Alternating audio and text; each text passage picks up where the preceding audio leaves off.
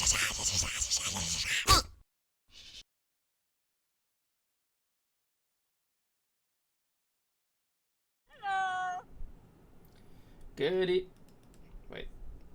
evening, ladies and gentlemen, and welcome to another nerdy episode of another nerdy talk show where we talk nerd.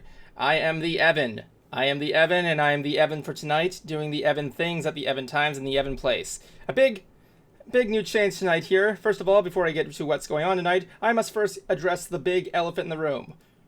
We're not going to be doing call-ins tonight because there's just one, I don't even know what I'm saying there. We're using Skype tonight. Yep. Yes, so I'm here as usual, with my first co-host tonight. Concert Cruise will be joining us later on. I'm here with Bridie and her boyfriend Roy, and we're looking forward to a good night tonight. Where we're gonna be. So a little bit of a rundown tonight. We're gonna be doing the first half from 8 to 9, doing our usual shtick. We talk about stuff, we talk about things, and things that go bump in the night. So and by that I mean absolute nonsense. So here's the deal. At 9 o'clock, we're gonna be having our big guest of this month, Miss Jackey Neyman Jones, who played Debbie in Manos, The Hands of Fate. She was also in some other movies, including Manos Returns, Curse of Bigfoot. She also does art, which we'll be showing some tonight. And yes, we're looking forward to that. It's going to be a big honor. Funny thing is, I'm really looking forward to seeing the art. Yeah, I mean, you haven't spoken to her yet. I've spoken to her before. Here's the thing. I met Jackie back in the days of my time at Mystery Brewing Theater when Higgins was around. Higgins and I watched the movie. We were doing a practice session, right? And when we did, Higgins went around there and actually was able to find her and was able to link me to her page, and we were talking. She was a nice woman. I almost did some work for her, but we kind of broke contact. That's for sure. She remembers that, but she was still a nice woman. It was an honor talking to her, and it was good. And we've been staying in touch so and so. Not so much, but nice. I messaged her once after that, but we didn't. But yeah, it was good. It was a good time. So yes, I'm looking forward to talking to her again. I actually spoke to her last night. She's a very nice woman. Anyway, Tonight, I was preparing a lot tonight because last night I was actually watching Manos again, and I was watching the HD version, and I actually noticed some stuff that I never noticed before in the movie. Really? Yeah, like what? Okay, there's the scene where the master comes back after saying, "Torgo, you're gonna die." It shows the girl approaching Mike tied to the pole, and the master comes back, and when they come back, she's like, "The women are fighting," and then he goes, and then Torgo just waddles behind whatever he's doing, and in the what's he doing there? Yes, in the HD version, I never even noticed this. In the background, you can see Mike tied up to the post, so I didn't even know he was back there. Yep.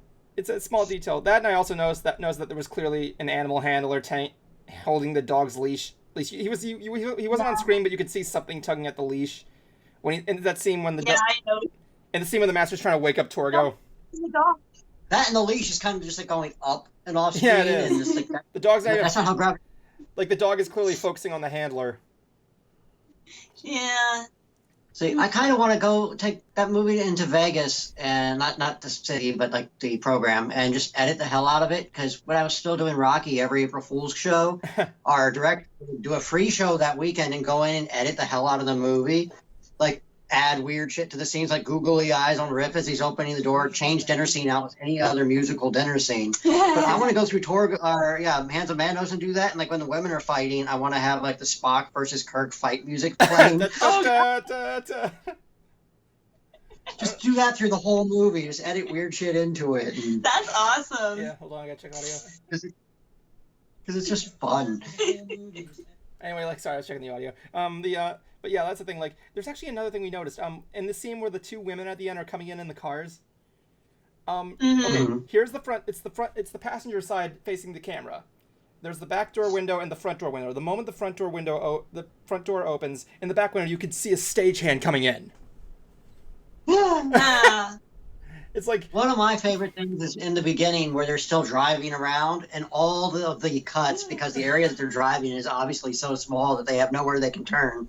Yeah. So there's all these cuts. You're driving straight towards a wall of sand. Cut. You're driving towards another wall of sand. Yeah. There's that one where he's slowly starting. It's I think we'll find. It's it's fine because I just love the beginning where it's let's sing a song. Row, row, row your boat. Sure. maybe this is all a dream. Yeah, I don't know. It's like me knows? and Higgins were making a joke. I'm like, what if the master was the dog? I mean, like, you know. Just picture that. Imagine if the master wasn't Tom Nieman, who was Jackie's father. Did you guys see the sequel yet, or did you just see the MST3K in the original? Yeah, we recently got me and my siblings chipped in for our mom to get Amazon Prime for Mother's Day, so she gave us the login. So we're probably going to watch it on Amazon Prime at some point. Yeah, and be careful because like apparently it'll charge more depending on which each TV is going to be added or something like that. But the thing is, yeah, the sequel was great. I saw that it kind of had more like a comedy kind of thing. Like it was embracing the comedy. Like it wasn't bad. It was like the best. I looked up on Wikipedia. It's more like something you described like Abbott and Costello meet Manos or something like that. Yeah, I mean, I've seen Abbott and Costello monster movies. I've seen they meet Frankenstein or the Mummy. Oh yeah. So I can see that.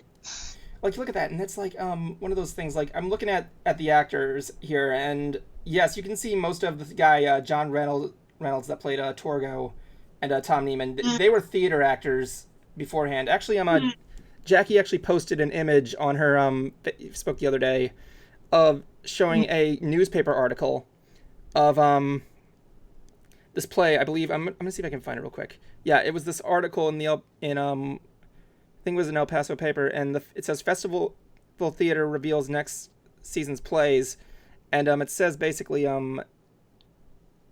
it shows pictures of John Reynolds with it mentions her father there. I don't know who he was playing. I can't really remember offhand, but like yes, they basically got their start in theater. He's like right there. You can't really see it too well. Let me just the guy there yeah, that's John Reynolds. Yes, that's Torgo right there. And I believe John is I'm sorry, Tom. I forget which one. Tom Nieman. Tom Nieman or Nieman. I keep forgetting. Yeah. I gotta find there who he is right here.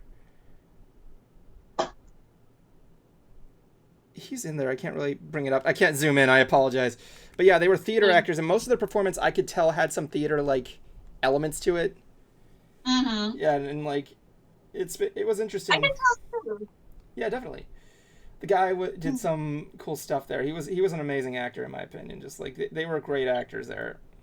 I mean, Torgo made the movie. I mean, Yeah. I don't know what kind of direction he got, like especially for when he's just like hitting on the mom there. Of course, for all we know, they pointed and said, "There's your mark. Go." I want to go into go to a live screen there and just when he's doing the hair thing, I want everybody to start shouting, "Torgo, Torgo!" Go as he's grabbing the hair. The moment he grabs the hair, it goes like we go like, yeah! Oh my god! It just feels like, here's your lines, there's your mark, do whatever the hell you want. That was the thing. Like in the Hotel Torgo, apparently he was most likely like he was clearly high on something. He was like either drunk or high on something. If not, he was. Yeah. If not, it was still good acting. He was good. He did some really good overacting. It's a real shame that he passed away before the premiere. It was like nuts. If he knew how big of a fan base he had today, it's just nuts. The master will not approve of this. Yeah. Oh my god. Oh my god. Yo, Roy, I want you to do that to Annette mid streams at one point at every point between the interview just to the flow. I'm sorry, what was that? Anyway, You said you want me to do that during the interview. No, not during the interview. I want to do that. I want you once in a while just periodically just like do that to Annette every once in a while during the stream just to... like without me knowing about it, obviously. It's like before the interview, of course. You won't see me doing it, so you'll know about it. Yeah. We'll also just ignore you. It's like if you saw the Mystery Science Theater sketch at the end with Torgo's Pizza. Torgo's Pizza? Did you see the ending sketch of that Mystery Science Theater episode? Yes, we saw that. Yes. Oh, yeah. When Frank is looking for the money, Torgo's like trying to do the hair thing to him. He's like... Yeah. Do I get a tip? It's in that car. Anyway. Yes, we're also going to be displaying some of her art. She sent me a couple of her samples of her artwork, and it is fantastic work, in my opinion. Like, yeah. She really takes after her father. Her father was an artist too? Yeah, he did. I think he made the costume. He also did the sermon and did the painting. Oh, that is cool. Yeah. So, yeah, that's what's going on there. JJ Doodles. I think I know who that is. He's asking, who's the nerd with the hat? That'd be me. Yeah. He is Evan, of course. I'm just so mature considering you're the only one with a hat. Yeah. Yeah, but the hat makes a character. The Evan. How many other Evans do you know? Evan Higgins. Yeah, true. Evan Hansen. Chris Evans. Chris Evans is good. That's all I know. Yeah. I think that's all the ones I know too. I was like, I have a feeling I know other Evans, but not all that well. So I was actually catching up on a lot of Mystery Science here. Like today I was watching the riff of the Screaming Skull. Oh. Yeah, here's my challenge. Here's my challenge to you. Is to watch the original movie without the Mystery Science Theater track. Just watch the movie and try. Yeah. All right, we'll watch the Screaming Skull. Yeah. Try what you say. Anything. Pick something. If you watch Meet the Feebles. I didn't have any objections to not seeing it. I just haven't had time to do it. Oh, all right then. He'll see the Screaming Skull. He'll see Meet the Feebles. Yes. Yeah. As anybody watching should. Yeah. I know, but like my thing is that like my problem is that like how do I say this? I'm sorry, I'm checking my thing. I thought I had an issue. My thing is that like notice what I said there. If you ever do it. I want you to watch the Screaming Skull and try. Try what you ask. Pick something. Just pick something you're supposed to do in a movie. Caring, staying awake, just pick something.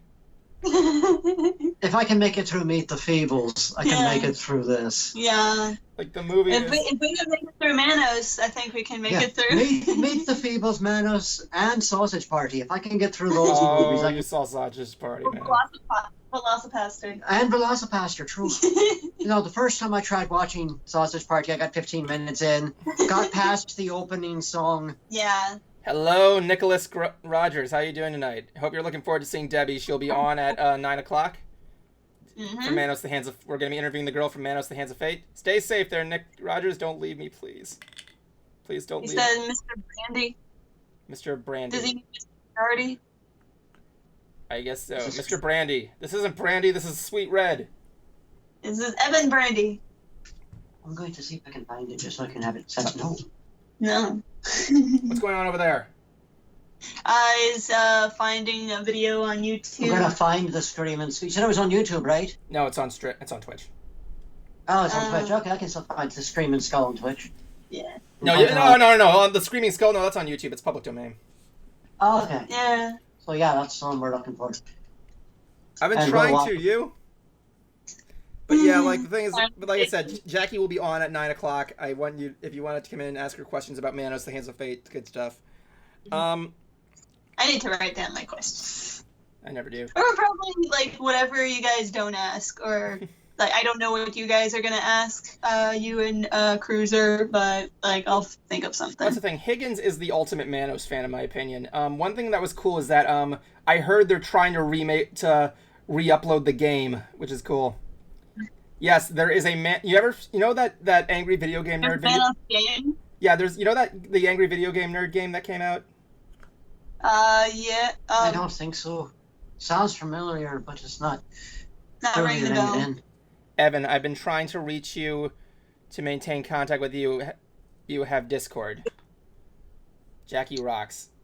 I don't know what.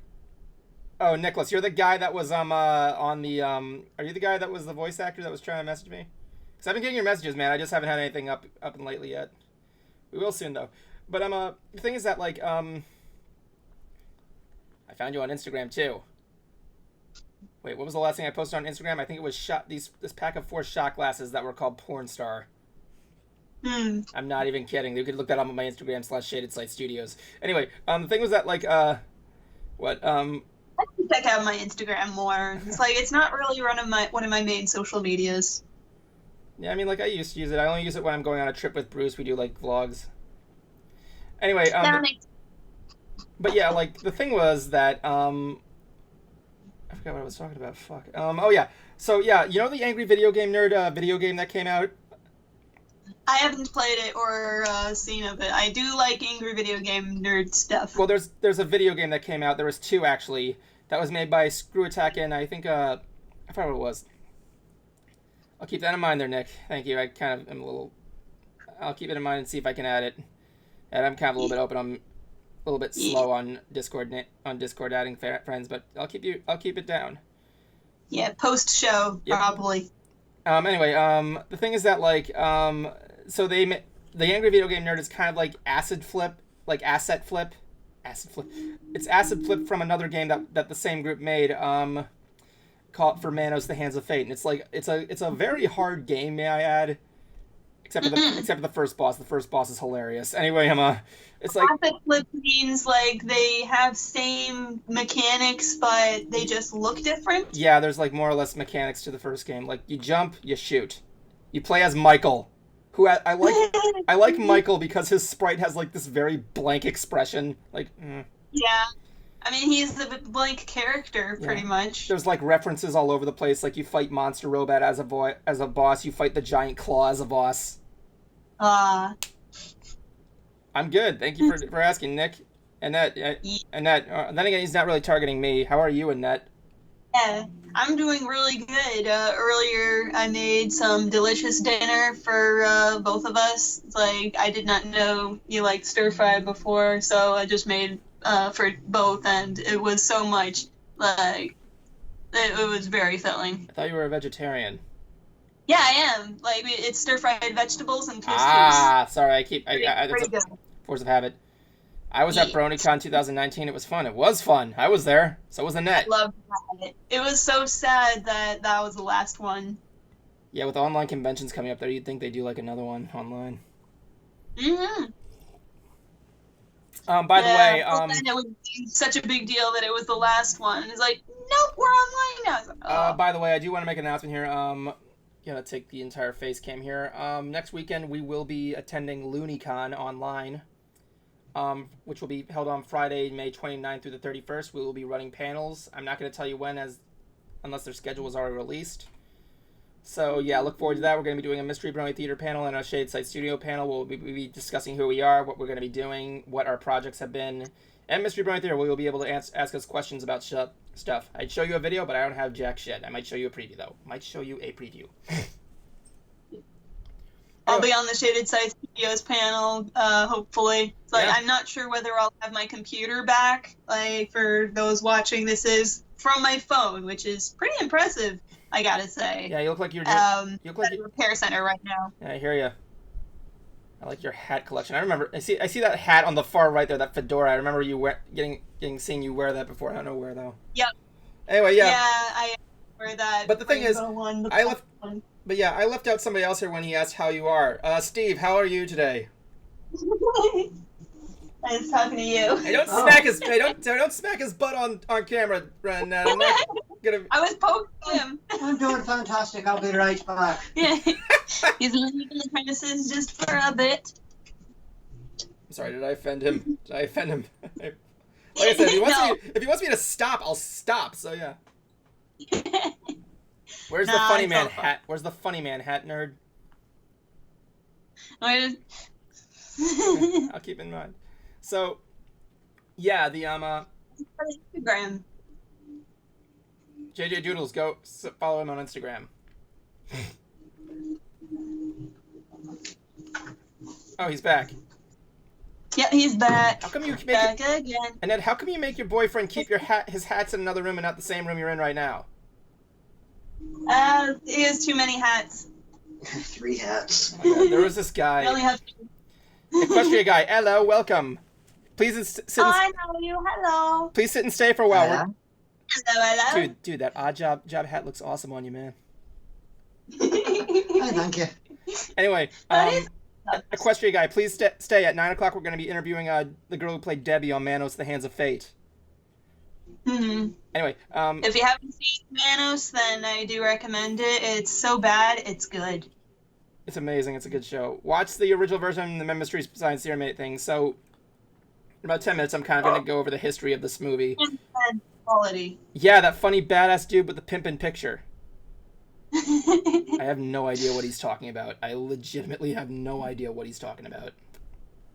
So, Wow. yeah, so, dude, I like the Odd Job hat. It really is cool. Hey, thank you. I can't tell whether he's really Scottish or not.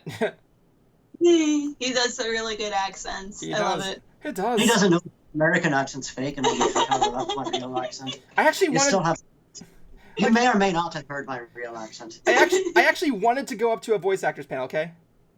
When was Shaded founded? I'm assuming you mean Shaded Sight Studios. Shaded Sight Studios is beyond 10 years old. I began it on May 11th, 2008. I remember when you made the animated logo that was kind of like the Marvel logo or Marvel Studios, where you remember when they had the iOS look like 10. So I remember when you did that. No, what I did was I made the logo. It was for Whirl Part 1. I said Shade Sight Studios, and then it fades into the old logo, and it says 10 years of entertainment.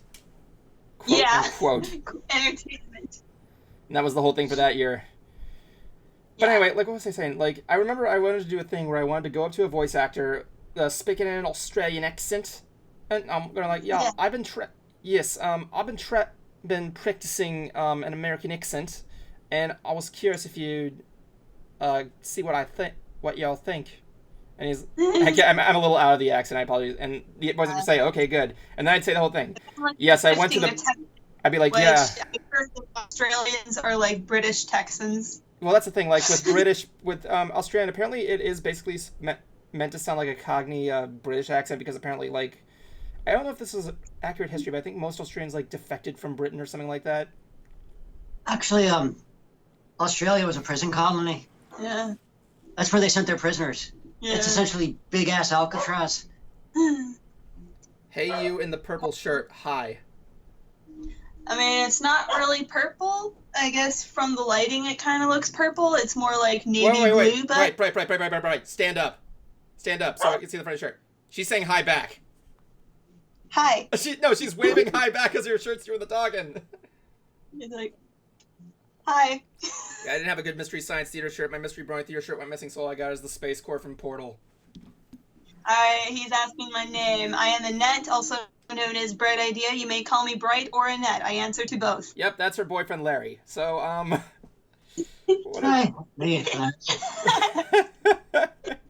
Anyway, so I was gonna go up to the voice actor and go like, yes, I went to Burger King the other day, ordered a good hamburger, went outside and started to vote for the Republican candidate that I don't know. I think his name was Jerry Springer. I don't know.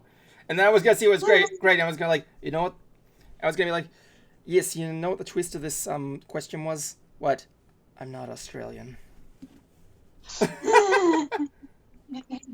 Well, I know at least part of that story was a lie when he says he went to where he went to get a good burger. Yeah. It's definitely not true. I worked there for 5 years. Oh, yeah. Burger King. Yeah, I used to fall in love with Burger King, but I don't do it anymore. I don't do the King. I can't eat it anymore. And then again, I used to work the lunch through dinner shift, so I was eating it twice a day for 5 years. Ouch! Is it true that? Not even the smell of it. Is it true when they bring the burgers out? Do they come out of the freezer like green or something like that?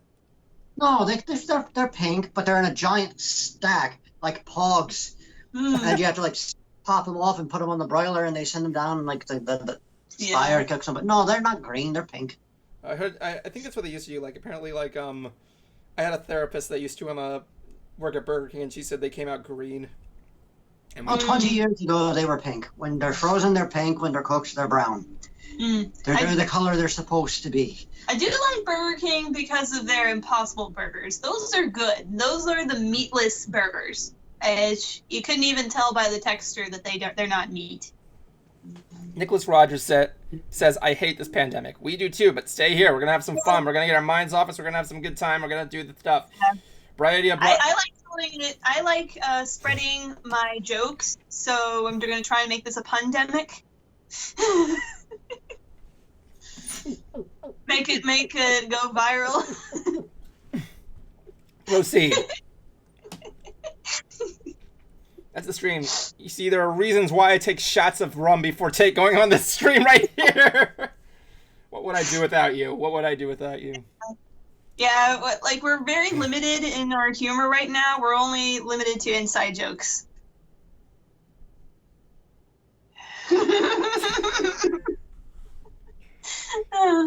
This is two people. Okay, I have to do. I have to do.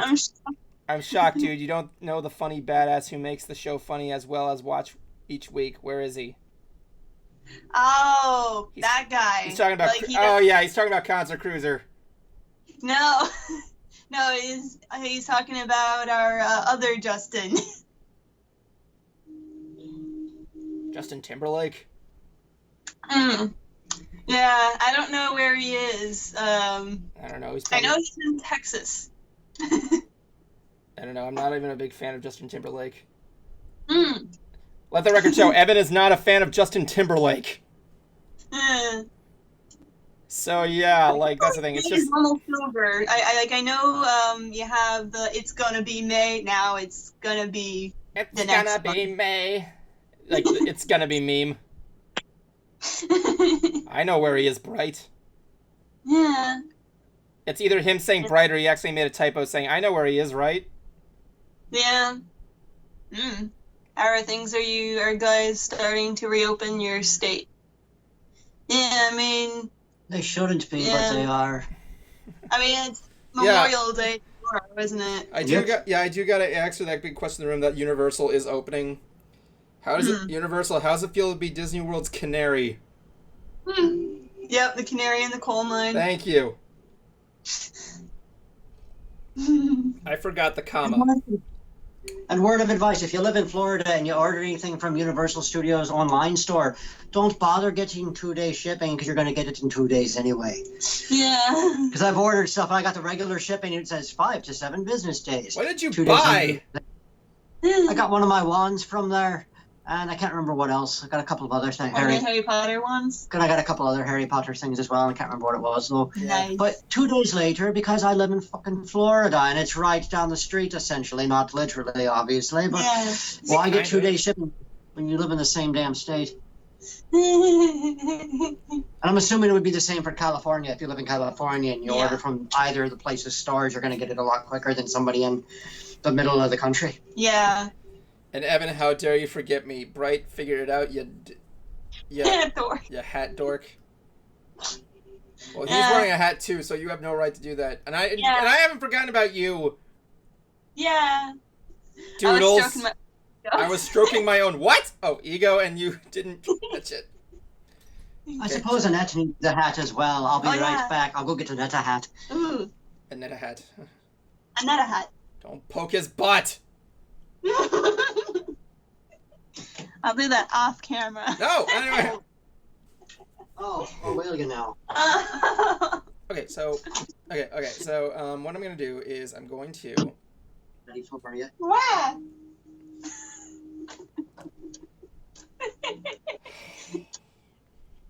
I'm gonna separate you two in a couple of moments. Anyway, what I'm gonna do is since it's about 8:30, I'm gonna probably go into the history of this film. Yeah. Just so you know, it's history of Manos, the Hands of Trout. Anyway, Yep, she's going to steal the call. She's going to borrow it. We're going to give it to her consensually. God. Is there any way you might be able to make her like a Manos pillow or something like that? I could do that. That would be interesting. Yeah, I'm not gonna. I guess I could do the master or just like black or red hand on black. Yeah, that could be a good one. Like the red hand, maybe like the logo on the back. It says Manos. Yeah, but then again, the title. But then I'm not gonna. Quote. I'm not gonna make you do that because I know you're a very hardworking artist and everything like that. I'm not gonna. No, I am actually working on a couple of different pillows. What are you putting on her? Oh my God! What are you putting on her head? Absolutely nothing. So, for anybody who wants to see what I have been, aww, I'm an ant. No, you're a Heartless. Oh. More specifically, you're a shadow, but yeah. Kingdom Hearts. Oh, yeah, Shadow, you're right. I haven't played Kingdom Hearts, so The only two that matter are the first two. God, you should do a Sora cosplay. I'll lend you one of my Keyblades, and she should be a shadow just walking next to you. That'd be funny. Yeah. So, for those who follow my Stitch work, here's what I'm working on. Oh my God. Holy whiz of the Oz. Yes. And on the other side, it's going to be The Wall. So it's The Wall, and it's going to be written in red. Pink Floyd, The Wall. Execute 066. Unrelated, I also made this. Oh my god, she made a pillow of Deadpool! Oh, wait, Spider-Man, yeah. Guess again, it's the other red-suited superhero. Daredevil. Shazam! No. Shazam. Scarlet Witch? Juggernaut. Carnage. Wait, he's a bad guy. Juggernaut. He's a hero sometimes. Not true. Red Wolverine. What? Red Wolverine. Red Hulk. Red Hulk. No, he's a villain. He's a villain. JJ, I need a list of red superheroes that aren't Spider-Man or Deadpool. Or Daredevil. Oh, he's a bad guy too. Captain Marvel. Oh, wait, does she wear red? I don't remember. Iron Man. He's red. DC. I'm running out of red. Marvel versus Superman. Anyway, Shazam is Captain Marvel. Captain Marvel is Superman. That doesn't even make any sense. Anyway, so Shazam and Captain Marvel are two. Wait, I thought Shazam was played by God, what's his fucking name? He was Sinbad. Yeah, Shazam was played by Sinbad in that movie where he was the genie. That wasn't a real movie. Oh yeah, here's a good one. Nicholas Rogers has a better one. Knuckles the Echidna. Yeah. Knuckles the Echidna. I should make like a Sonic one. That would be interesting. Yeah, just white background. I'd probably get a lot of fans. I think your dog disagrees. When did you change hats? Anyway, I didn't change hats. Oh, you're talking about him. Yeah. It's been this way for a good 3 to 4 minutes. Yeah. Yeah, you stole Bruce's hat. I wonder he hasn't been coming back with my messages. Go away.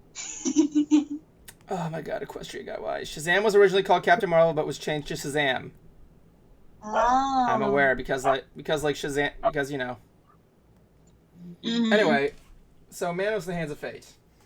I'm gonna be doing. I got my kind of Wikipedia thing here.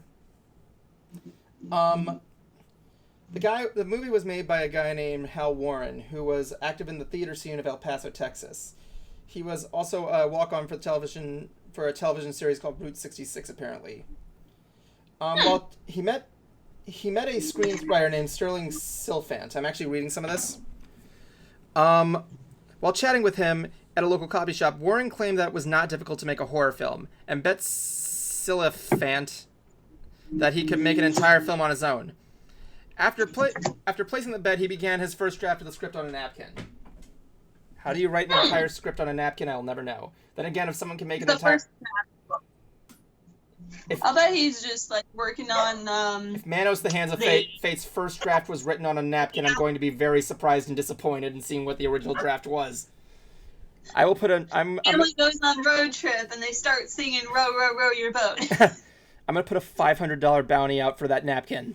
Anyway, I probably got a copy. Apparently, he was able to get an insignificant amount of cash, $1,900, for this film, and let me see here. He was able to buy a ranch off somebody, and was able to and film this on a 60mm Howling Growl, as they called it, or it's a Bell and Hal, but they called it the Howling Growl apparently. Hotel Torgo has a good documentary on this, and thank you. Hotel Torgo did a documentary on this, and it was a interesting documentary. It starred one of the guys here. The film then began with productions there. He had to get all these actors. I don't know how he did, whether it be auditions or some of his theater experience. We got a lot of people there. He was also not only writing the film, he was directing it, producing it, starring in it, and all this other stuff there. He was taking a lot of credit for stuff. And apparently, he was younger. Yes, and he didn't have enough money to pay for a lot of people on this thing. I don't know if he did or not, but what happened was, I'm gonna take the full screen here. What happened was he was paying off, he wasn't paying most of the people for this, and it was all based on promises about it being successful or something like that. I'm kind of giving you cliff notes. I'm not giving you full details. And it's a Wikipedia article, so. So yes. Likely to be true, but check your sources. There was a lot of stuff there. He didn't. Apparently, according to this, I'm actually learning this right now. It was if you don't know what a 16-minute Bell and Hell is, it's a wind-up camera. It's like one of those things where you wind up the film and you have like so long to film for like 30 seconds. So yeah. Just 30 seconds? Yeah, basically a lot of stuff happens for like 30 seconds there.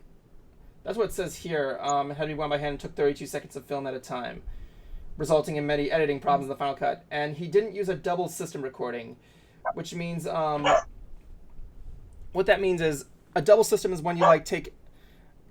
You could take audio from like let me give an example here. Where's my? Sorry, there's a dog in the background in case you hear it. Yes, I know. Hold on. To demonstrate what I'm talking about here, this here that you see here is a. Glad to hear you're finally done with class there, Nick. This here is my camera, my DSLR Canon. It's a Rebel T5. Now it has a microphone built in it. This is one thing that's capturing audio. A double system is when you have like a separate audio device like attached to it that's recording on another device. Like, you know when some people have the slate, like the clapboard in front of things, the reason why that snaps is because it's to sync two audio systems. So when you put it back there, you see that spike and you merge it. But no, he didn't do double. He did all through the camera, which created several audio problems that was making it hard in post to like match up. So they had to like dub lines. Really... So that's why they had to dub everybody. Yes. So yeah, there was a lot of misdubbing there. Like some of the audio is off sync and everything like that. Not to mention the girl we're interviewing today, Jackey Neyman. Who played Debbie. Apparently, when she went to the premiere, she was upset because most of her lines were dubbed over by a woman, and she didn't even know this was going on. And apparently, it caused her to sob. It was really tragic there, and still she was good at what she did.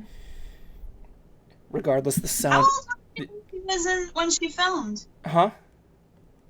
How old was Jackey when she played Debbie? Should ask her that. Yeah. As a matter of fact, like she was one of the very few people who got paid. She got paid with a new bike. My dad wants to ask her what happened to that bike. I mean, she and her dad worked together on this movie. Yeah, her dad was also in there. He was also a theater actor. Very good actor. He did really good stuff there. And yeah, he and Torgo were the best actors in that thing. I'll be getting into the plot in a couple of moments. So they're filming this. A lot of stuff is going wrong because he's never done this before. He clearly does not know what he's doing. And the male actors dubbed their voice, but the female actresses were dubbed by one woman. Thank you very much, Chandler Lawrence. Chandler Arts. Thank you. Yeah. So the thing is that they were doing there. If you have any facts there, let me know. I'm kind of behind on it. I'm kind of rusty on it. So the film was made in this little ranch area. They had to film at night, and it was hard for everybody because they had to work their day jobs, come in the middle of the night and film this. It was nuts. Female voice actors dubbed their voices to match a little boy pitch their voice. Yeah, I know a lot of... I mean, that makes sense, because I know Nancy Cartwright, who does Bart Simpson, she does... Yeah. All she does is just, pitch it a little bit up, and so that's a little boy. Yeah, same thing goes to the person who played C.L. Phantom Hive in Black Butler or, Ash Ketchum. Mm-hmm. I've done quite a bit of reading and research about this flick. Nice. I'd like to share more. I'd like to learn more and more about this flick. Yeah. So, in Dragon Prince, one of the characters, a little boy played by a young girl. So moving on, all the stuff is going there. There are shots at night where you can see moths coming into the camera because of all the lights and everything. On the set, apparently one actress broke her foot, and she was given a role on this scene where she's in this car with this boy, and they make out from day to night. It's so stupid. Anyway, what happens next is they're filming, everything's going wrong, and before I talk about how the premiere turned out, it was crazy. Let me just talk to you about the plot of the film. The plot centers around this family, 3 people, a male named Mike, his wife Margaret, and their daughter Debbie, and their dog Peppy. They're going out on a vacation to this place called the Valley Lodge. Hold on, excuse me for a moment. I thought the dog was named Baby for some reason. No, it's Peppy. Okay, Peppy. Anyway, so Peppy is the dog. They go out to this trip somewhere in El Paso. They're looking for a place called Valley Lodge. So they pass this. They end up finding this place in the middle of nowhere. It's just this wrecked up house, and out front is this guy, this like diet Chuck Norris looking hunched guy named Torgo. Torgo is the best thing in the movie. And this guy was portrayed by John Reynolds. I'm going to get to him in a couple of moments. And they're asking where he is, and they're saying there's no way out, it'll be dark soon, and they have to spend the night there. What they end up finding is this group of cultists that worship this god or deity called Manos, which is the Manos family. Yeah. The Manos family. I want to see that as a parody. The Manos family. Anyway, so yeah, they go to the yes, I agree with you again, Nicholas. What happened after that? Yeah, so they run into these cultists that worship Manos, which is the Spanish word for hands. So the title literally translates to hands, the hands of fate. Yeah. I mean, it's like Sahara Desert. Sahara is desert in another language, it's the desert. Where the cult is run by a guy who's like this weird... That's the best way to describe it. A weird, insane guy, voiced by Jackie's father, may he rest in peace, actually recently died, Tom Nieman. And he's basically this deity. If you haven't seen anything, it's the guy who did it. The Cult of Cultists. I'm a smack your... Sorry, did I say that? I'm a fast talker, give me a break. So... Yeah, they're like, the guy has like all these wives, and they just do this. They worship this dark deity called Manos. A lot of shit goes down, like a lot of shit that doesn't even make sense. The audio is bad, like everything. If you have to pick something about the film, it's bad. It is very bad. There are like stagehands there. There's a famous scene where you can see the clapboard coming out of a scene at one point. I missed that. I was so invested. Yeah, it's like the second part where it cuts back to the car of the couple making out. There are like so many characters that aren't even needed. There's like scenes that aren't even needed. Yeah. It's like I mean, the part with the officers was totally important. They just hear a noise, and it's like, shine a flashlight. It's like, they don't even go that far from their car. I will say up front. The house looking for Debbie. I will say up front. I will say up front. The sequel actually gives a good twist to that. That I'm not going to tell you what it is, but it's good. I'm not going to tell you what happens at the end because it's... Yeah, please don't. Yeah. No spoilers. So the movie comes in, and it's premiering at the El Paso Theater. And from what I heard in the documentary, everybody was there. It was like a big deal at the time. Everybody, all the people were there. The mayor was there. And it was just... Mayor of El Paso? Yeah, the mayor of El Paso was there. Everybody was there. And her name... it was Jackey Neyman Jones. JACKEYNEYMAN.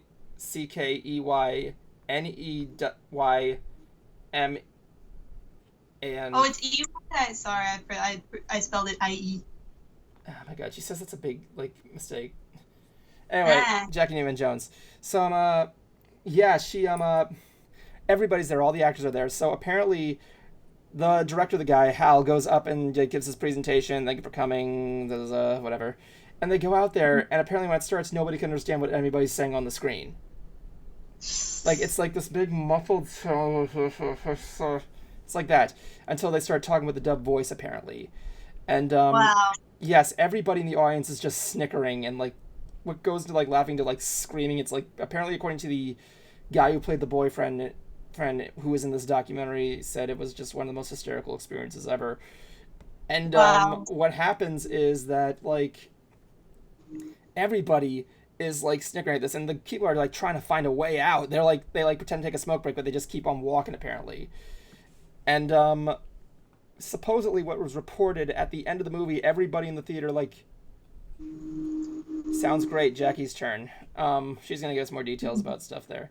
But what happens is they end up, from what I've heard, I don't know if this is true. Again, I don't know if all this is accurate. I'm just based on what I've heard. Yeah.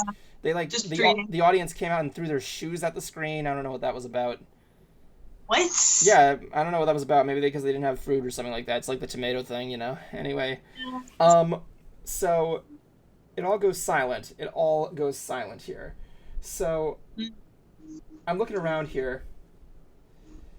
According to this, following the premiere, Warren claimed that he felt Manos was the worst film ever made, even though he was proud of it, and he suggested that it might make a passable comedy if it was redubbed. It was recently redistributed, and apparently, from what I heard, it basically kind of died. No one really knew about what happened to it. At one point, I think there were these college students that were trying to find the film but found no luck, but only found like very few frames of it. And what happened was the film was just thrown somewhere. I don't know. It was basically found in a bin, and it was sent to a guy named Frank Conniff. If you don't know who Frank Conniff is, he is the guy who played TV's Frank in Mystery Science Theater. Oh. Yeah, I agree with that. Jackie's dad, Tom, just grabbed everyone and left as fast as they could, I can imagine. But he was one of the best actors there in that thing. Him and John Reynolds. It's worth mentioning that the guy who played John Reynolds, Torgo, who was later to become a fan favorite character, actually unfortunately took his own life via shotgun or something like that, or pistol to the head or something like that before it even premiered. But yeah, like Jackie was not upset. She was crying in the audience because she heard like different actors coming out of her role. So yeah, much just appreciation for that. And I'm really glad that she got the attention she has now. But yes, one of the actors is at work and apparently gets a call asking if he was the guy in Manos, the Hands of Fate, and he keeps getting all these calls, and he keeps wondering why this is happening, and apparently it became a big deal because Mystery Science Theater aired it, and it basically got all these people interested in it, and like everybody started. According to the guy who played the boyfriend in the car, he said what happened was they made a film that was so bad, but they didn't know. They knew it was going to be a bad movie, but they didn't know. What they didn't know is that everybody else knew it was such a bad movie. And it basically just found like this obscurity, like cult following. Everything was crazy. As soon as they see the jokes there, Torgo became like a big fan favorite character. And but simply like in a time when, as the guy said in the documentary, in a time when most films like this would be forgotten, that it survived after so long. So yeah, I hear what you're saying there. So I want to see it get the treatment that, like, the Room, who's the guy who made The Room? Tommy Wiseau. Yeah. The disaster artist. I want to see Manos, Hands of Fate, like, have a similar treatment. Whoever, like, find the people who made it and just, like, get famous actors to, like, recreate the making of this movie and then the premiere and just, like, based on the story, what actually happened. Yeah, I was going to say that because, like, here's the thing, like, ever since then, like, a lot of people have been coming here. Riff Tracks came back to do it. I think Cinematic Titanic did a riff of it.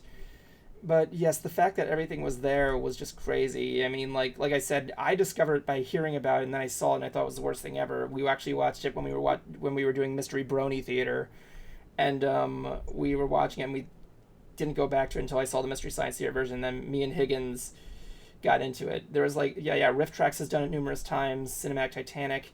There was a puppet show that was made, Manos, the Hands of Felt, which was an onstage show. See that? Yeah, it's on YouTube. I forgot to tell you about that. And there's been a lot of fan films too. Like there was Finding Valley Lodge. There was like all kinds of stuff. Apparently, Hal Warren's son heard about this and actually was able to copyright the name Manos, the Hands of Fate, which apparently that's correct. 10 minutes till the interview. Which apparently. What happened? Yeah, he was able to copyright the name, but he has yet to throw any lawsuit at the guy who restored the film. It was all for his father's work. I don't know much about how that turned out. But yeah, they were able to make a restored Blu-ray version of it.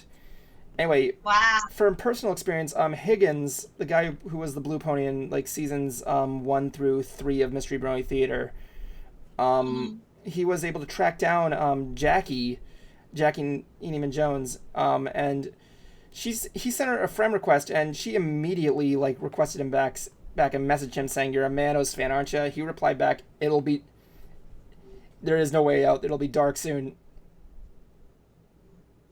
Wait, the new and last episode of Friendship is Forever dropped. Gonna watch that real quick.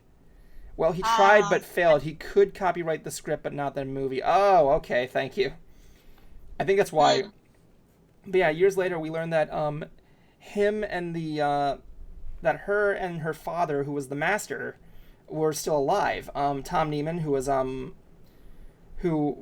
was interesting. He actually looked really good for his age. Really did. And she was excited to see the attention. She really was. Like I said, I spoke to her last night. She was a really sweet woman. Yeah. And she was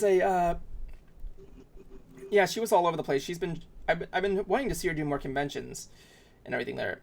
And yeah, she should have conventions. Yeah, years later they decided to make a sequel to it that stars Jackey and her father reprising their roles. And that was the infamous Manos Returns. Which is basically like a full-on sequel. The movie doesn't have a trademark on the film anywhere, so the film itself can't be copywritten. That's good. That's why it's public domain. You can actually watch it on YouTube. Or rent it if you want to support YouTube's thing.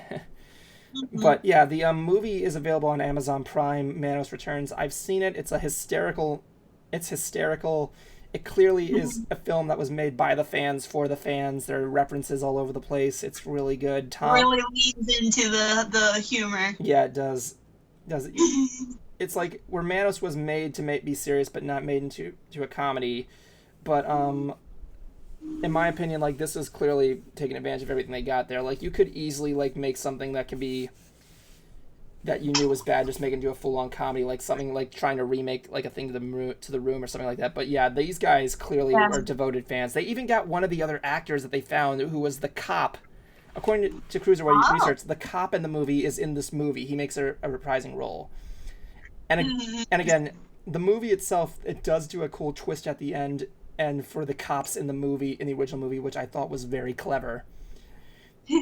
So yeah, that was the movie, and here we are today with Jackey here to tell her story. She actually released a book that she is currently reading right now. She actually, I believe, finished it here. For the book called? Huh? The book? What is the book called? I'm gonna look it up because I want to make sure. It's the Cop's Son, actually. I have to look it up because the name kind of escapes me. But I think it was called her autobiography is called "Growing Up with Manos: The Hands of Fate." Mystery Science theory Joel Hodgson actually kind of boosted the book's popularity. It was good stuff. And in order because of the pandemic, Jackey has been the son of the actor who was the cop in the first movie. No, it wasn't I don't know if it was the son. It was the actual cop, from what I heard, from what Cruiser told me. But yeah, if you want to see her reading the book, you can check out her YouTube channel. It's right here. She's been doing reading. Nice. She's been doing readings of the book, and it's good stuff there. Since then, Jackey's been doing art. She's been selling Manos-related gear on her Etsy page, which I'll be displaying later. Twiley's here. Hello. Huh? Oh, Twiley, cool. Welcome here. We're just about to interview Jackey from Manos: The Hands of Fate. So yes, here we are. There's actually another book that came out called Santa Claus Conquers Manos: The Hands of Fate, which is a combination of Santa Claus Conquers the Martian and Manos: The Hands of Fate. Wow. So yeah, I haven't read it, but apparently it's like out there. They're both are Mystery Science series. Yes, I've been following her, reading her book, and I've ordered a copy. I've been wanting to get a copy for a while. Well, how fitting! I just watched Manos: The Hands of Fate for the first time. Cool, you're going to be able to come in and ask some questions. What did you think, Twiley? It was awesome, wasn't it? So, while we're waiting here, we're going to be taking a quick break, ladies and gentlemen, while we get things set up. We'll be back momentarily. Just keep with us, and we'll be right back. And we're back, ladies and gentlemen. Welcome tonight. We have our special guest tonight, Miss Jackey Neyman Jones, Debbie from Manos: The Hands of Fate. Welcome to another nerdy talk show. As I think actually our very first, the first guest we've ever had too. For a while, at least. Wow, I'm honored. Thank you so much. Yeah. I hope I don't disappoint you or raise the bar too high. I don't know. Why not? You'll be raising the bar higher than the movie, I'm going to say. Well, that's not much of a compliment. Now, so let's go ahead and get started here. One of the things that I want to ask you was, how old were you when the movie got picked up by Mystery Science Theater, and what was your family's reaction to that show's riffing to it? Oh, well, Mystery Science Theater got it in 1993, and I was born in 57, and I'm an artist, so you do the math. But I was married, and my oldest child, who's now 30, was very young, so it's at least 28 years ago. And so what happened was my dad was living on the Oregon coast, and I was living in Southern California near Santa Rosa.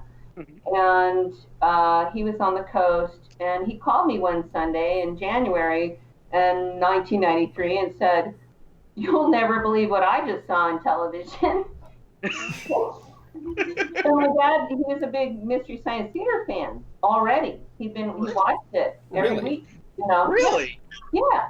And so he was dozing off in his easy chair that Sunday afternoon, and then he heard some strangely familiar music, and he opened his eyes, and there he was, you know.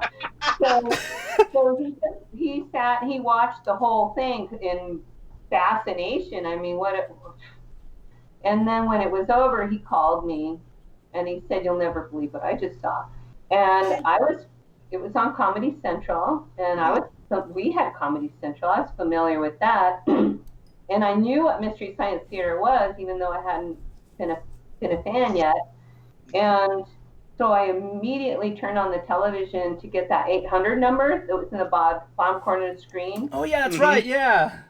Yeah, and I was shaking. I'm like, I don't know what's going to happen, you know. So I call the number, and I'm just shaking. And this guy answers the phone and says his name is Matthew, and he says that he's at the HBO offices in Manhattan, where he's answering from. And I said, "You just showed a movie that I've been looking for most of my life, and my whole family was involved. Oh yeah, I heard Is there it. any way I can get a copy?" And he goes, "Oh, well, what was the name of it?" And I told him, Manos, The Hands of Fate. Long pause, and I was shaking. I've never even been close to it, and here I am. So I'm just holding the phone like this, quivering. And there's this long pause, and I'm thinking, shit, did we get like disconnected and I have to do it again? Or did he hang up on me? You know, that could happen. And all of a sudden he blurts out, he goes, "Oh my God, are you Debbie?" I literally went, "What?" That was insane. Insane. I never ever even imagined. And then he went on to tell me that it was their favorite bad movie there in the HBO offices. And I asked if he could possibly send me a copy.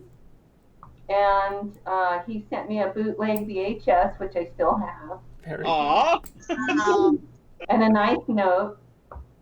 And I plugged it into my VHS, and I watched it by myself, and I was satisfied. I was like, I got what I wanted. I can now die easily, you know. I was like, and I thought that was the end of it. I can return to my planet. There, I completed the mission. It wasn't the end of it. Yeah. Okay, so Annette, Cecil, you guys go. Hi. When you watch Manos, Hands of Fate now, is it like watching an old home video or home movie for you? Absolutely.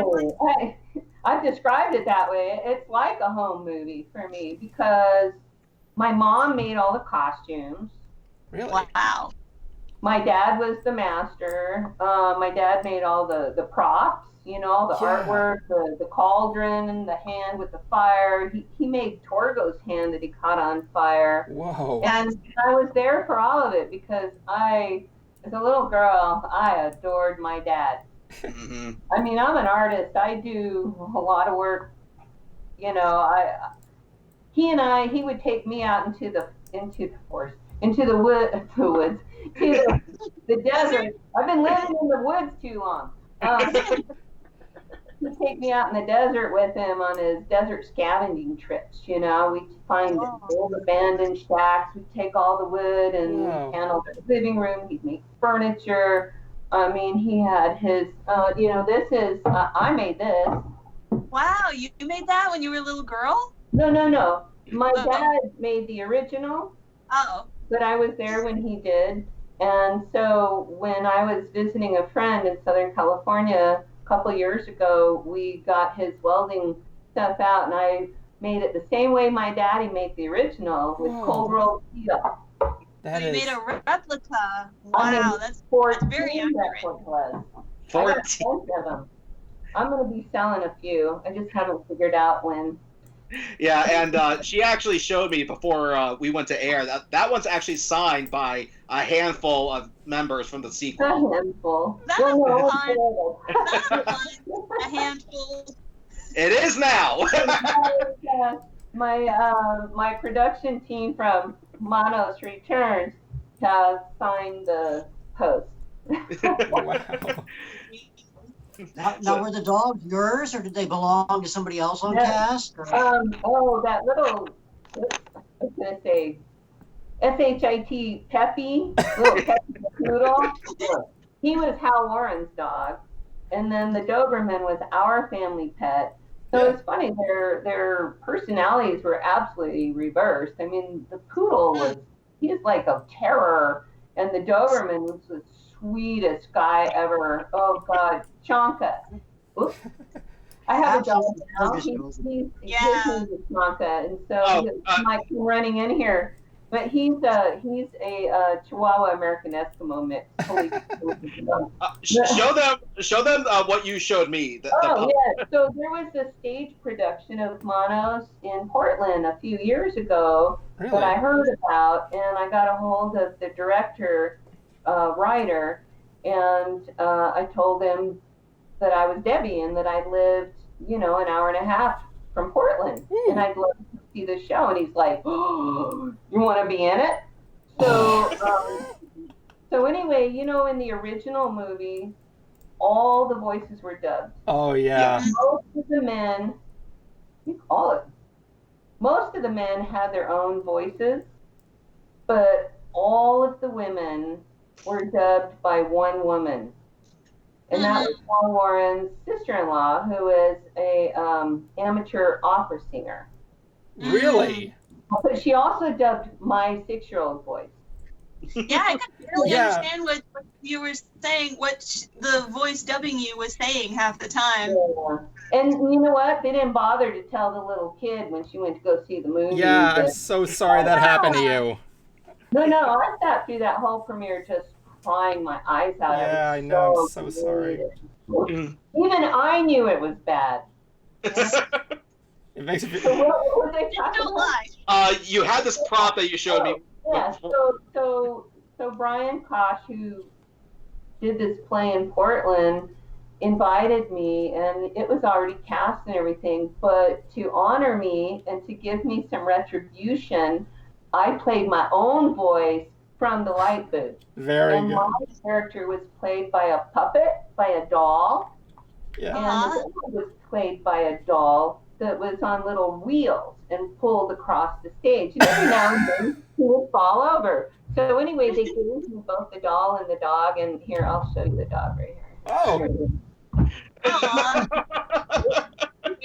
That's funny. Oh my God. Not bad. And he's on little wheels. And you know what's so funny? Oh my God. When I first got him, I had him here in the dining room, My son came home late at night, probably after drinking. Came through the kitchen into the dark dining room, and dog, and turned around and ran right out the door.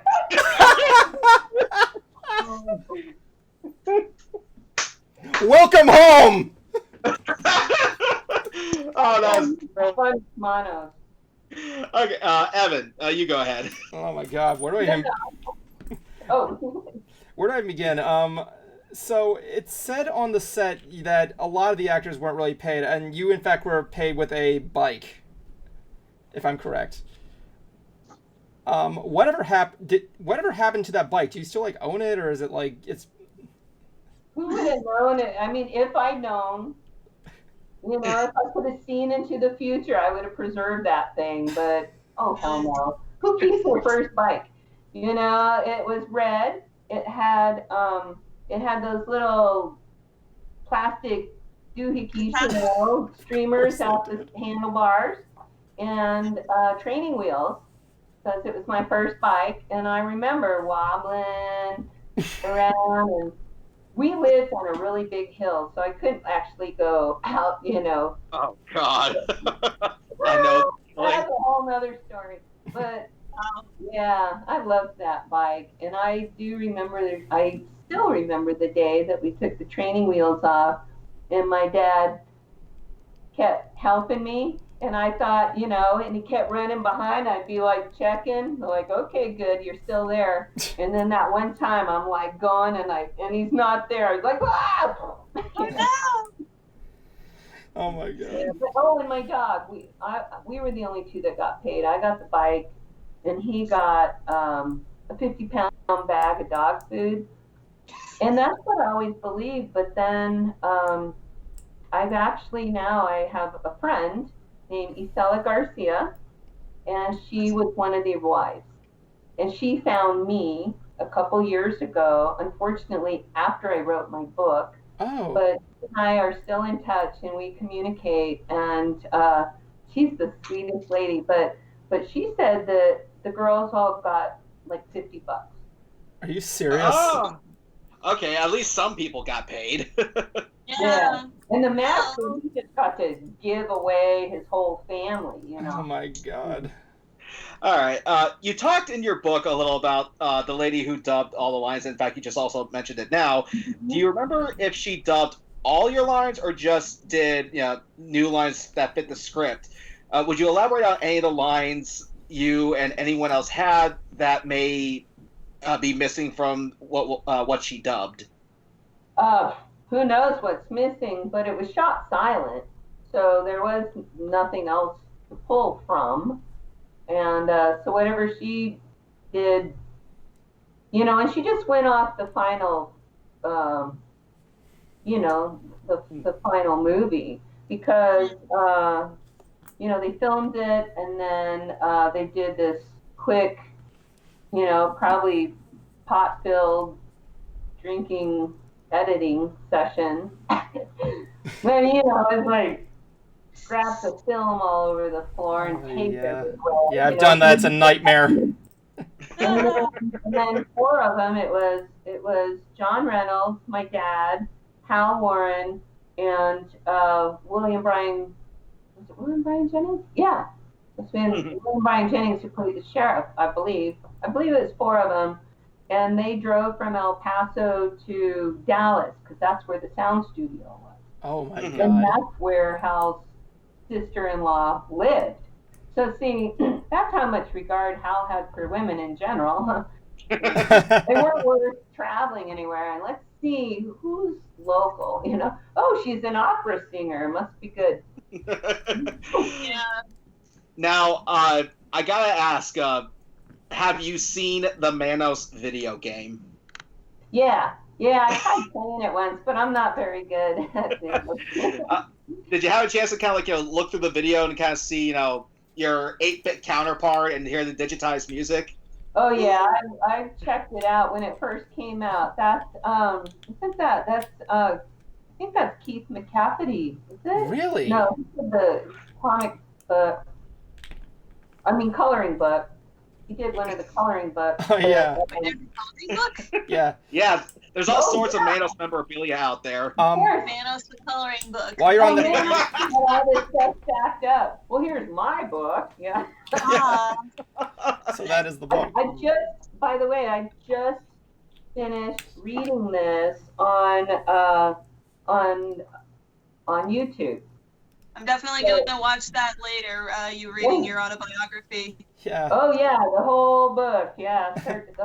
It was amazing. I mean, I was so lucky to get a hold of people that died soon after or weren't available. And I mean, in all, I have called 3 of the wives. Really? 2 of them didn't talk to me. I don't blame them, you know? Okay, Annette, Cecil, you go ahead. All right. So the music in Manos Hands of Fate is like some of the most interesting film music I've ever seen. When you were filming near the beginning, you and your family are driving and you start singing "Row, Row, Row Your Boat." Was that actually what was sung, or was that just in the dub? No, we actually sang it. I remember sitting in the back seat of the car and going, "Well, this I know." Yeah. Everybody knows "Row, Row Your Boat," and I had the feeling like the rest of the movie felt like kind of it was in a dream state, so it's very fitting. Yeah, and still, and I was just telling you about this before we went to air. Just in the original, something about Torgo's walk and that piano music just really gets a laugh out of people. I don't know what it is. It's just, like what? Is it clarinet or oboe? Yeah, you're right. You're right. Yeah, I can't remember if it's in my book. If it's the entire soundtrack, I'm sure it is, though, by the same group of people. And I actually found the singer of "Forgetting You" and "Love Inside This Magic Circle." Her name is Nikki Mathis, and she lives in Chicago. And she's a fascinating woman. I have a whole chapter on the music and on that'll have to read because she's amazing. I loved that. I love that song "Forgetting You," and I have both versions, the old one and the new one, and it's interesting hearing music from that time period with the hiss of that vinyl, and then comparing it to the digital age of today, and adding the drums was a nice touch. Yeah, I like that from hiss. Yeah, I wasn't able to connect with the other musicians, but I did get some names from her, and then she redid "Forgetting You." Yeah, I saw that. Manos Returns, which was. I'm actually surprised she was still alive because I figured. She's a powerful woman, man. Cecil?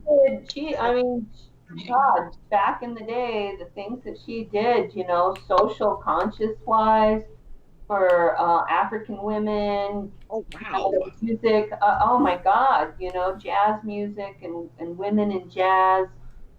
She's not just a singer, she's like highly educated, amazing woman. A real social mover. Yeah, and that piano music. All right, Cecil?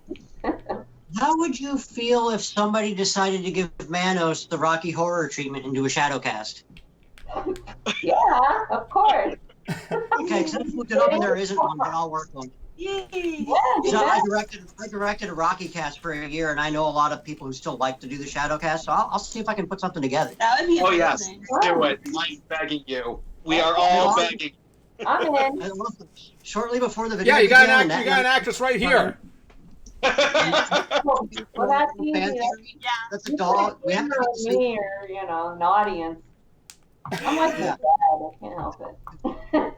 And Evan? We haven't seen the sequel yet. We haven't seen the sequel yet, and we came up with our own fan theory that the whole time the dog is actually the master, and he's controlling your father the whole time. That's more like, isn't that more like a who's the serial killer who listened to his dog? Oh. Bundy. Who is that? Oh, not Jeffrey Dahmer. No, it wasn't Dahmer. I think it was. I listen to a lot of true crime. I should know that. I mean, come on, you guys. Well, anyway, that's another story. But wow. Oh, I just got to show you this. That would be amazing. I'll try. What is I'll it? talk. Once quarantine is over, we should make this happen. Try and get a shadow cast going. Yeah. So, did I tell you about the trading cards? No, but I've heard about them. Please show us. Oh my goodness. Yeah, Please. trading cards. So this guy Richard Parks, who does the official Mystery Science Theater trading cards. Whoa. Wow. These are the official. Oh my He's on gosh. series 4. This is series 3. I have the whole box. I mean, look. He sent me everything. How sweet is Oh, that is just beautiful. But what he was presenting to me was, and he did a Kickstarter, and it's over. But he did the 4th series is Manos, the Hands of Fate. Very cool. Oh, It's nice. all Manos. See, that's my painting from. I did my dad's painting for Manos Returns. Oh yeah. But anyway, so You recreated it? all these other people that have done artwork, all this amazing artwork, this amazing Manos artwork into this huge series of cards. And I'm doing a lot of the artwork too, being an artist. But he also had these one-of-a-kind sketcher cards. I'm not familiar with all this kind of stuff. It's all new to me. But where are they? Where are they? I thought I had them. Well, I'll show you before we're over. But sketcher cards, I've already started doing the art on them, and those are the one-of-a-kind kinds. So I'm doing 24 one-of-a-kind sketcher arts. Where are they? Well, in the meantime, I'll show you this. Look at the cool stuff. This lady from Etsy Those are cool. sent me this. Look. Oops, sorry. Ooh, Oh, that is- Russian doll. Woo, Russian nesting doll. Torgo. But wait. There's more. Hold on. There's 5. I should have started at the bottom. Okay. I Yeah. did it wrong. Okay. Ah, Debbie. Oh, little Debbie and the dog. And then Debbie. Maggie. Ah. Mommy. And then, I'm not doing nothing. And then, of course, Hal. Oh, good old Hal. Okay. Torgo. And then Torgo. Nice. It's just not a party without him. Isn't that cool? Yeah, I like that. Like how you People send me some really cool stuff. I'm telling you. Okay, Evan, why don't you go ahead and ask your question? Ooh, so It's just it's been a lot what you've been going through since this time there, especially like everything you've seen. I just forgot what I was gonna ask. The whole thing with the with your art. Was your father like one of the main inspirations for you to get into art? Oh, absolutely. I mean, I adored my dad. He was, when I was a baby, both my parents were going to Texas Christian University, and he was becoming a minister, Really? and my mom was becoming a teacher. And he, when I was born, I don't know, he was just the more nurturing, mothering type. I mean, Really? my mom was such an academic that I remember her bragging to her friends about how she gave birth, she brought me home, gave me to my dad, and went to the university library to study. I'm like, well, that's to be proud of, you know? Okay. Even my psychologist goes, "There's something. Good for you. Well, my dad was really my mom in the beginning. And then he had a lot of depression, Oh. and he was suicidal Oh when my I was God. in my teens. And I became very protective of him. And so when my parents divorced and he moved from Texas to Southern California, so I just stood up to my mom and I said, I'm going to go live with Dad. And I went at 14. Wow. And I made it my job to keep him going. Mm-hmm. That's I'm all it glad is. you. Until I could pass him off to someone else, which was my stepmother, who also turned out to be suicidal. Oh, Well, I mean, she was, but they saved each other. I mean, Oh, cool. they, you know, Okay, two so I have. people that got together, and they had a really amazing life. I'm telling you, when they moved to Northern California to Petaluma, they bought a little farm. They had goats, and they had chickens, and a 2-story house. I mean, they had the dream. You know, he did good. Mm-hmm. Did your stepmom ever know about Manos? Oh yeah, that's the only thing that she would allow my dad and I to do in the end. I mean, she kicked me out of the family 2 different times. Once for like 10 years, and then once for, let's see, this last time, like 12 years. And they were married for 40 years. Wow. Yeah. I mean, my dad and I, in the last few years of his life, it was Manos that gave us a relationship. Oh, that's Because so sweet. for some reason, it was the only thing that she found to be acceptable. I don't know if she thought it was going to make money, or maybe she just saw how happy it made him, and it was a concession. Oh. But we got together. I made up a lot of Mono stuff. That's how Mono's Returns came around. Oh yeah. There's a lot of stuff that came around because of that. Because otherwise, it was just a matter of running into him at Safeway or seeing him, flagging him over by the side of the road. It was a funny relationship. I can't tell you how many times we would just hug each other by the side of the road. Oh, that's so sad. It's so adorable. You know, but Manos, you know, if it weren't for Manos, I wouldn't have any of them. Really gives it that much more meaning. Oh, yeah. Yeah. I keep looking at myself. This is the pandemic. I need a haircut. Nonsense. You look great. You look fantastic. Great. Oh, do I? Oh, thanks.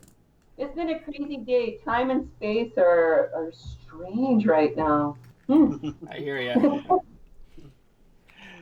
Okay. Evan, you were going to say? Well, we got one of the other questions here. From someone that submitted to us, Bernie Rosenblum told him that Hal raised money by selling people shares at $700 each to make Manos. There could be as many as 27 of them. Have you been able to find any of these people? Wow, it never even occurred to me to try. It never occurred to me. Wouldn't that be interesting? Somebody somewhere, I don't know, because it was so many years. And then most of these people he sold shares to were just like business people in El Paso. They weren't even people in the movie. So here, get some money and a movie will be made. Okay, here, have 700. I don't care. I have plenty of those. Yeah, you just like give away with like Monopoly money. On that, and it breaks it down. You know what he was doing, and he actually ended up having to go before a judge for fraud. What? Kind of like the producer. He threw people under the bus, and he wasn't. Oh my God. Boy, his son hears this. Oh, that guy came after me too. Oh, I was talking about him before you came on. Like his son going all over the place. Okay. One of our other submitted questions here. What was the sneakiest thing you did or saw during the filming of the movie? The sneakiest thing.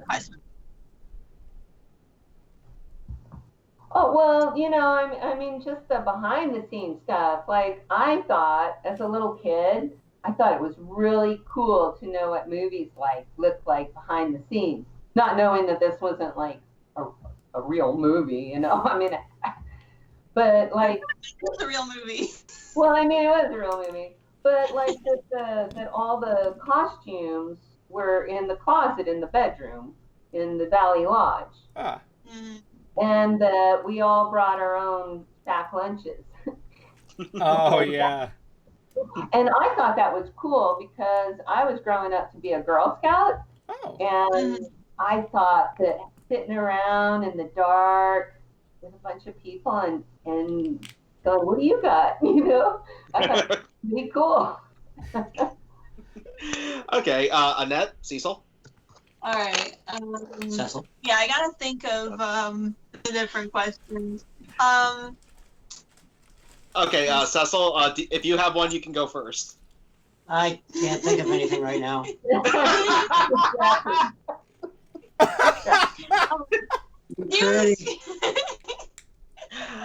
Okay, well, they can't think of one, so... Here's a question. Okay. I got, how was it interacting with the actor who played Torgo?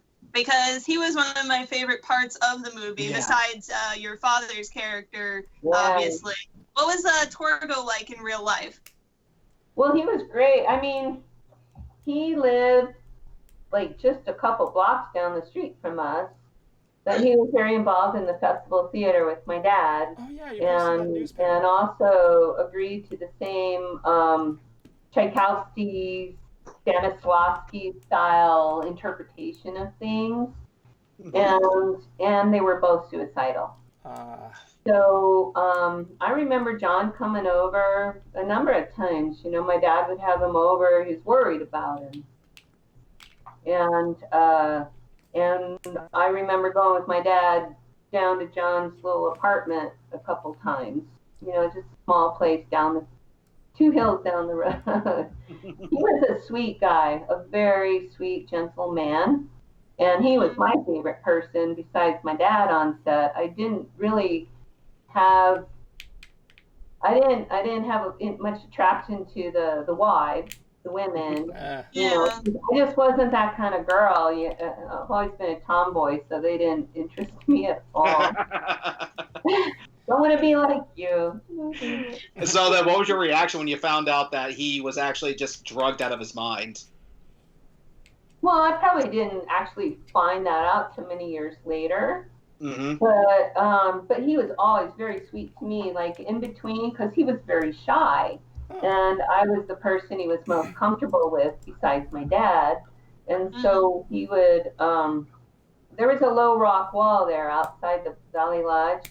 And I remember us sitting on that and just talking. I don't remember what we talked about, but he just liked hanging out with me. I think he probably felt most comfortable with me, and I liked him a lot. He was amazing. I really wish he was alive today to know this. Well, when he died, my mom and I were on our way to school. Oh. She was a teacher at the same school where I went to. And she was driving me to school, and she had the radio on, and it came on the radio. Oh, no. The night before, and she just immediately, I remember I was kind of daydreaming out the window, and my mom took this huge gasp, and I looked over at her, and she just burst into tears and pulled over by the side of the road, and she's just like sobbing, you know, and I was just sitting there, I'm still a little kid, 7 years old. What's going on? And she said, John's dead, and I knew what she meant immediately. Even though I was so young, I still had an awareness of that finality thing, you know, that dark people have. Okay, Cecil? I ain't got nothing right now. I'm just okay. All right, Evan? I like your hair. Thank you. Very nice. Nice twist. Oh, wow. Whoa, okay. Okay, Evan, since Cecil can't think of anything, why don't you go ahead and go? I am the voice of Cecil. From what I actually remember you posting that article of that newspaper strip of your father and John Reynolds on stage, and I don't know what. And I just want to say I was watching the movie last night with my buddy Evan Higgins. We were watching that, and we just saw that they were one of the best actors in the film. Because of, like, their chemistry. I didn't even know they were working together, and you could tell, like, I could tell, like, their acting was more theatrical. How many projects did they do personally, like, on stage or anything like that? Together? Yeah. As far as I know, Henry IV. Really? I don't remember them ever being in another play together. I hear you. I mean, like, so they had really good chemistry with each other. They were able to really work off each other for that. My dog. Okay. Little Tonka. Yeah, no, they were good friends, and they had good chemistry because they understood each other on a deeper level than a lot of people do. Oh yeah, definitely, most definitely. So Game recognizes game. I'm sorry? Game recognizes game. It's like they both are workers. So. Yeah. Okay. All right. So, how exactly did the sequel come to be? Like, I know you said the merchandise played a big part in it, but like, how did it all come to fruition? Wow. Oh my gosh. Well, I'd known Rachel Jackson for quite a while because of Manos Hands of Felt.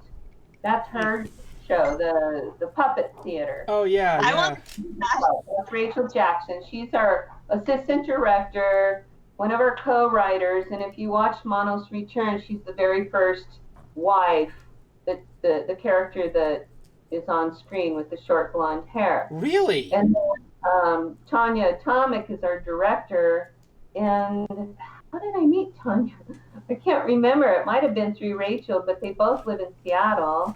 And Tanya and I just got along great. And then she's a filmmaker, and I've always just admired her spirit and her style. And then Joe Sherlock is our director of photography, and he lives close to me. He lives in Corvallis, Oregon, and I've been in several of his movies. He does movies he calls boobies and blood kind of movies. They're just, beer and boobies and blood, And so his movies are great. They're so much fun. Oh, so I've been in God, I don't know, maybe 4 of his movies by now. Really? And he just invites me, and it's like a day shoot. We just have fun, and from the beginning, I just told him I'm not showing my boobies. I'll drink a beer, but I'm not taking my clothes off. Probably a good deal. So he's always been very respectful. Believe me, he's got enough really, really cool women that are having a good time. You got to see his movies. So I've been to the theater several times. He shows them locally, and they're on video. Really? But that's the 4 of us: me, Rachel Jackson, Tanya Atomic, and Joe Sherlock. Really? All right, Annette, you got one for her? Let's see. I don't know how we came up with it necessarily. Huh? I was telling I don't know how we came up with it necessarily. It was just that we're all like Manos fans and friends and went, hey, it's a movie. I need to think because of the question mark in the end. Yeah. And, I have to tell you, the thing that really solidified the movie to begin with was my dad had to agree to be part of it. Really? It just couldn't happen without him. It wasn't going to happen without him. I agree. And, Do you have any idea whose idea it was to have the question mark at the end of the movie? Like, Hal's, that had to be a marketing strategy of Hal's, because that's what he did. He'd have these parties and invite people and booze them up and get them to buy stock, or shares. It's ridiculous. He was a salesman. Yeah, you knew. A fertilizer salesman. He sold shit in many forms. At one point in his career, he did sell commercial fertilizer. Really? But at that point, I think he was an insurance salesman. Oh. Okay. But he sold all the time. He was just that kind of guy. I remember being at a couple of the events and watching him schmooze, man. Whew. Now, Evan, you said you actually want to show off some of her art. Yeah. Throughout the years, Jackie, you've been doing a lot of art. I've been seeing most of your stuff out there. Like you did the thing with the painted stones and everything like that. I thought it was amazing. Oh, thank you. Still doing it. That's good. And yeah, you sent me some of these art pieces that you had here. I sent them to you guys on the chat here. Eight beautiful pieces here.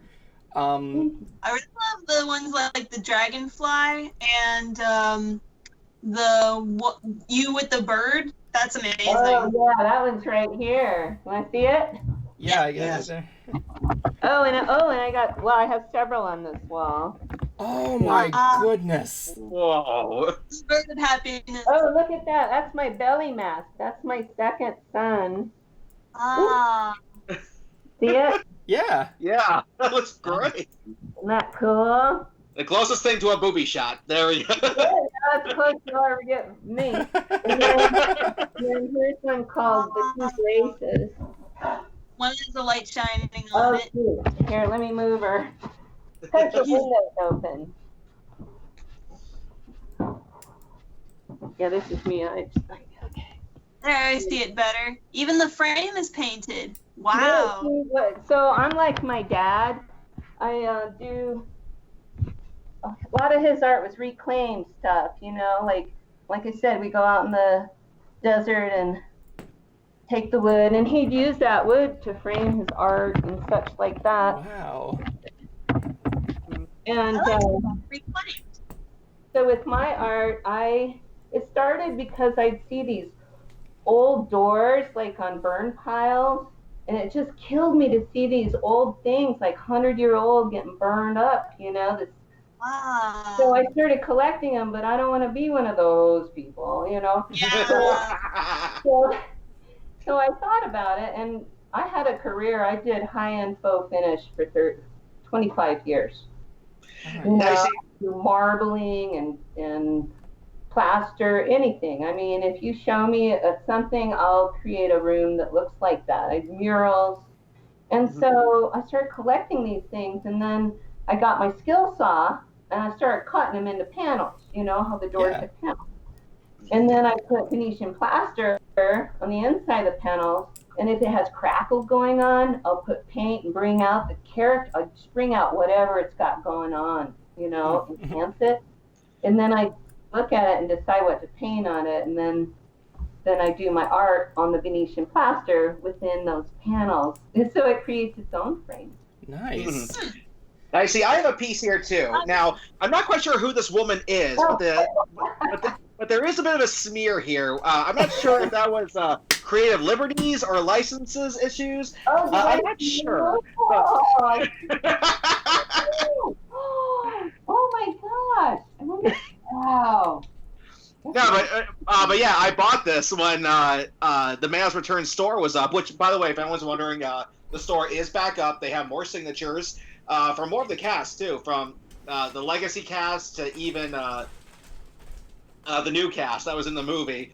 But yeah, I definitely want to have a piece of Manos history because I do collect autographs. Oh well, I'll do better than that.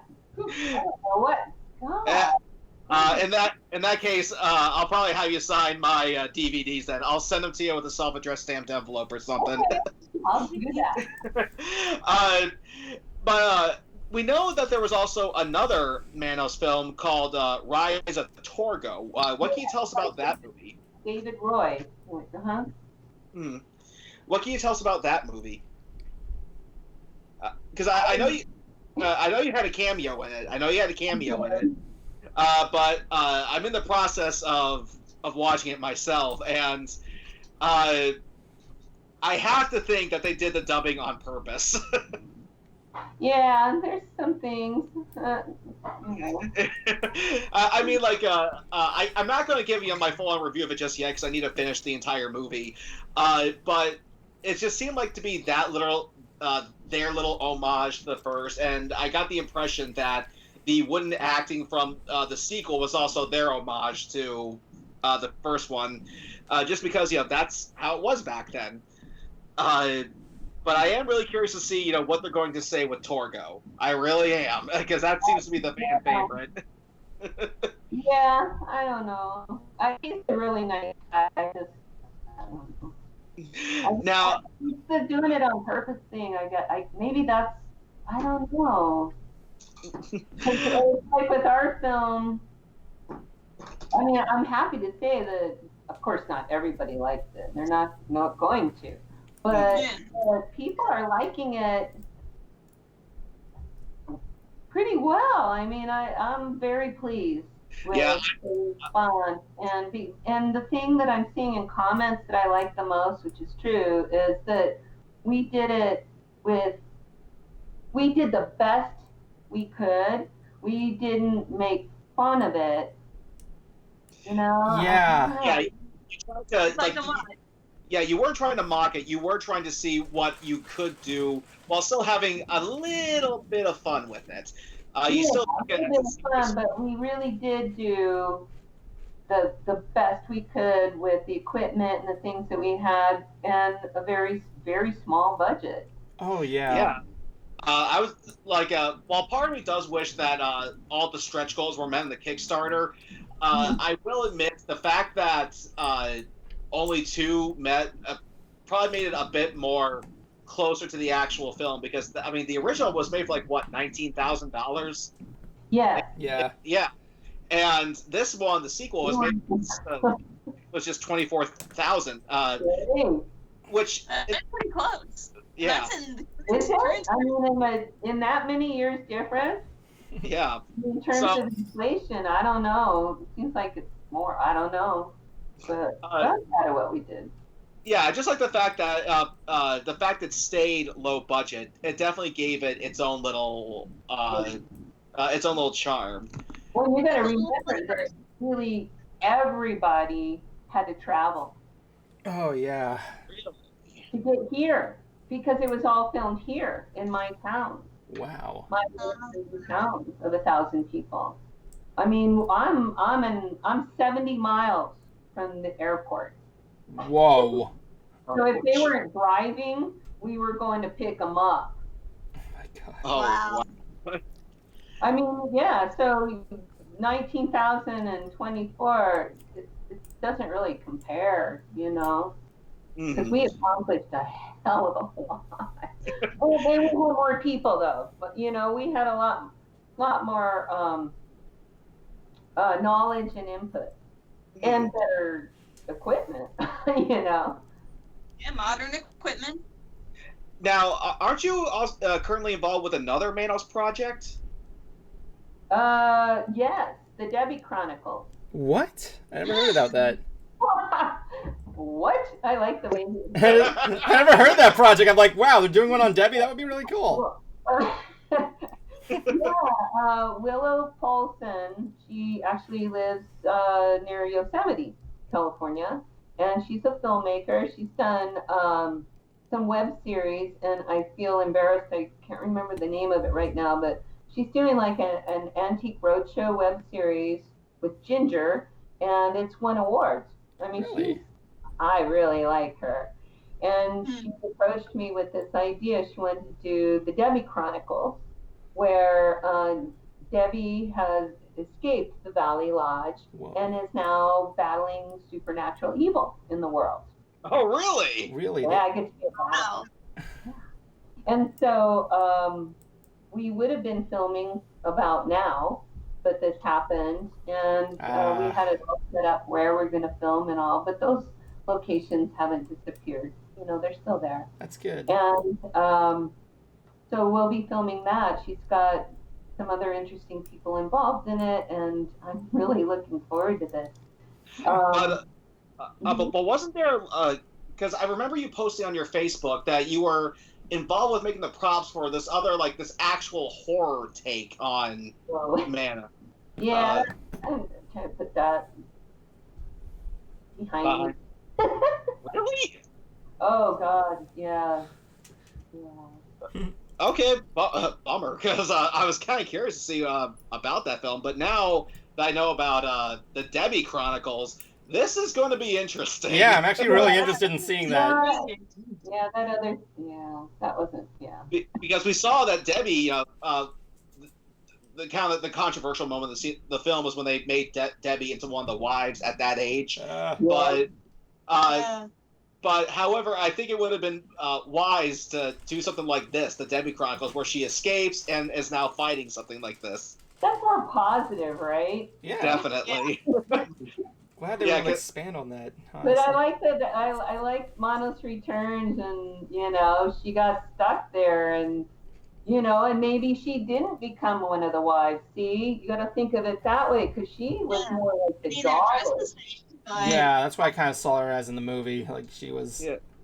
If he ends up taking over, then she becomes his equal. So he loves her, or he whatever, But I just don't.